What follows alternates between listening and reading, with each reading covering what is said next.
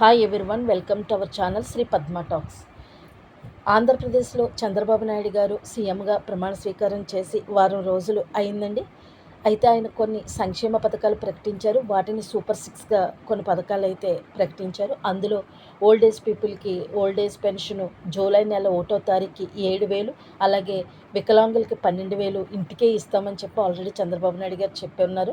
మిగతా ఏంటంటే అన్నా క్యాంటీన్ చంద్రబాబు నాయుడు గారి టైంలోనే ఉన్న బిల్డింగ్స్, అవి కొన్ని పెయింటింగ్స్ వేసి అలాగే కొన్ని రీమోడల్ చేస్తారు. అవి కాకుండా ఇంకా కొన్ని బిల్డింగ్లు కట్టే యోచనలో ఉన్నారు. అది ఆల్మోస్ట్ సెప్టెంబరు అక్టోబరు నెలలో అమలయ్యే అవకాశం ఉంది. ఎందుకంటే దాని మీద ఎక్కువ ఫోకస్ పెడుతున్నారు. అలాగే ఫ్రీ బస్ అంటే మహిళలకు ఉచిత బస్సు అంటే ఏంటంటే అది కూడా ఆర్టీసీ వాళ్ళతోటి చర్చలు జరపాలి.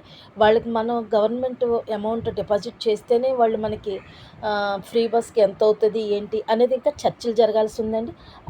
అలాగే గృహిణి పథకం కింద ప్రతి 18 సంవత్సరాలు వచ్చిన మహిళకు 1,500 ఇస్తానన్నారు. అది కూడా డేటా మొత్తం అంతా తెప్పించుకోవాలి.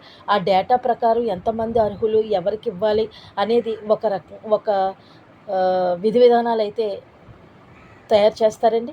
అలాగే నిరుద్యోగ భృతి కూడా వాళ్ళ క్వాలిఫికేషన్స్, వాళ్ళ ఏజ్ని తీసుకుంటారండి. నిరుద్యోగ భృతి అంటే ఏంటంటే మెయిన్ ఏజ్, తర్వాత వాళ్ళు క్యాస్ట్, తర్వాత వాళ్ళ క్వాలిఫికేషన్ కూడా చూస్తారండి.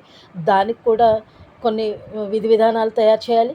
అలాగే గ్యాస్ సిలిండర్స్ 3 ఇస్తానని అన్నారు. అది కూడా గ్యాస్ ఏజెన్సీలతో మాట్లాడిన తర్వాత వాళ్ళు సప్లై చేయగలరా లేదా ముందు అది కనుక్కోవాలి. ఒకవేళ సప్లై చేయలేమా అని అంటే కనుక ఇప్పుడు ప్రజెంట్ రేటు గ్యాస్ ఒక సిలిండర్కి 1,000 రూపాయలు, అలాగే 3,000 మహిళ అకౌంట్లో పడే అవకాశం కూడా ఉందండి.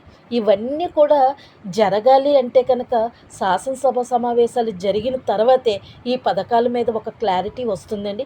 ఒక ఓల్డ్ ఏజ్ పీపుల్కే పెన్షన్ ఒక్కటే ఇంప్లిమెంట్ జూలై 1ని జరుగుతుందండి.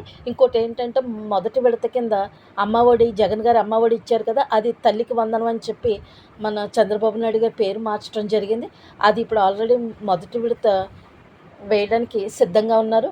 అలాగే ఇంకోటి ఏంటి అంటే పెన్షన్ని, ఓల్డ్ ఏజ్ పీపుల్కి ఇచ్చే పెన్షన్ని అది ఎన్టీఆర్ పెన్షన్గా కూడా పేరు మార్చారు. ఇప్పుడు ఏంటంటే ఈ సంక్షేమ పథకాలన్నీ అమలు జరగాలి అంటే దీని మీద అమలు జరగటానికి ఒక క్లారిటీ కావాలి అంటే శాసనసభ సమావేశాలు జరగాలి. జరిగిన తర్వాతే విధి విధానాలన్నీ కూడా దేనికి ఎలాగ అప్లై చేసుకోవాలని విధి విధానాలు మనకి వస్తాయండి, బయటకు వస్తాయి. అంతే. చాలామంది మహిళలు ఏమంటున్నారంటే మాకు వస్తుందో లేదో పెన్షను, మాకు నిరుద్యోగ భృతి వస్తుందా అని స్టూడెంట్స్, అలాగే గృహిణులు మాకు 1,500 వస్తుంది చాలామంది టెన్షన్ పడుతున్నారు. దీన్ని టెన్షన్ పడాల్సిన అవసరం ఏముందండి. మహిళలకు 18 సంవత్సరాలు వచ్చిన ప్రతి మహిళ కూడా ఒక ఏజ్ సర్టిఫికేట్ అడుగుతారండి. అంటే తనకు వయసు ఎంత అనేది ఒక సర్టిఫికేట్ అడుగుతారు. అలాగే క్యాస్ట్ సర్టిఫికేట్ అడుగుతారు.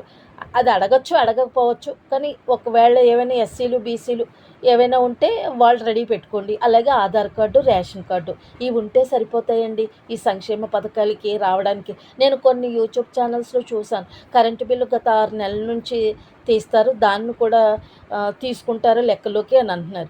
ఏమంటే ఇప్పుడు అంటే ఆ మాట ఎందుకన్నారంటే జగన్ గారు అలాగే చేశారు కదా, అలాగే ఇప్పుడు కూడా వర్తిస్తుందని అంటున్నారు. మిగిలిన కొన్ని యూట్యూబ్ ఛానల్లో చూశాను నేను. ఎందుకంటే అండి ఇప్పుడు మనకి కరెంటు బిల్ అది ఎక్కువగా వస్తుందండి సమ్మర్ కాబట్టి. అవి లెక్కలోకి తీసుకున్నారే అనుకోండి కొంచెం కష్టం అవుతుంది. నాకు తెలిసి ఇప్పుడు అవి కరెంటు బిల్లులు అవి లెక్కలోకి తీసుకోరని అని అనుకుంటున్నాను. ఏది ఏవైనా కానీ శాసనసభ సమావేశాలు జరిగిన తర్వాతే ఒక క్లారిటీ వస్తుందండి. నేను ఎందుకంటే న్యూస్ పేపర్లు చదువుతున్నాను. ఈనాడు పేపర్ మొత్తం, ఆంధ్రజ్యోతి మొత్తం అన్నీ చదువుతున్నాను. కానీ ఆ పేపర్లో ఈ పథకాల గురించి ఒక్క మాట కూడా రాయట్లేదండి అందులో. ఎందుకంటే వాళ్ళు ప్రమాణ స్వీకారాలు చేసింది, తర్వాత చంద్రబాబు నాయుడు గారు పోలవరం విజిట్ చేసింది, అమరావతి రాజధాని, తర్వాత అలాగే వైసీపీ వాళ్ళు ఇంతకుముందు ఫ్రాడ్ చేశారు, ఇలాంటివన్నీనే పేపర్లో రాస్తున్నారు తప్ప, న్యూస్ పేపర్లో రాస్తున్నారు తప్ప ఈ సంక్షేమ పథకాల గురించి ఒక్కటేమీ రాయలేదండి. ఎందుకంటే వాలంటీర్లు కూడా తీసేస్తారు. వాలంటరీ వ్యవస్థను తీసేసి మళ్ళీ వాలంటరీ ప్లేస్లోనే కొంతమంది సభ్యుల్ని వాలంటరీలాగే ఎన్నుకుంటారు, నియమిస్తారండి. ఎందుకంటే వాళ్ళకి 10,000 ఇదివరకు అంటే 5,000 ఇచ్చేవారు. ఎక్కువ మంది వాలంటీర్లు ఉన్నారు.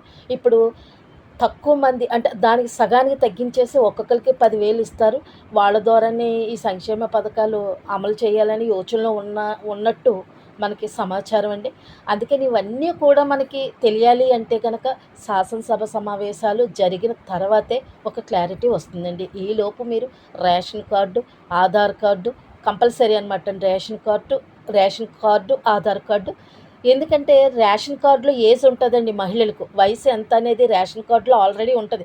50 సంవత్సరాలు, 60 సంవత్సరాలు, 55 అంటే మళ్ళీ 58 దాటితే మళ్ళీ గృహిణి పథకం రాదు కాబట్టి మనకి ఏజ్ గట్రా మన రేషన్ కార్డులో ఉంటుందండి. అందుకని వాళ్ళకి సపరేట్గా ఏజ్ సర్టిఫికేట్ అవసరం లేదు. దానికి సర్టిఫికేట్ అయితే అవసరం లేదు. అయితే ఏంటంటే 18 సంవత్సరాలు ఉన్న పిల్లలు ఎవరైనా ఉంటే వాళ్ళకి ఏమైనా క్యాస్ట్ సర్టిఫికేట్ అదే ఏజ్ సర్టిఫికేట్ అడిగే అవకాశం ఉంది. అందుకని మీకు ముందుగా ఉండవలసింది Aadhaar card, ration card compulsory.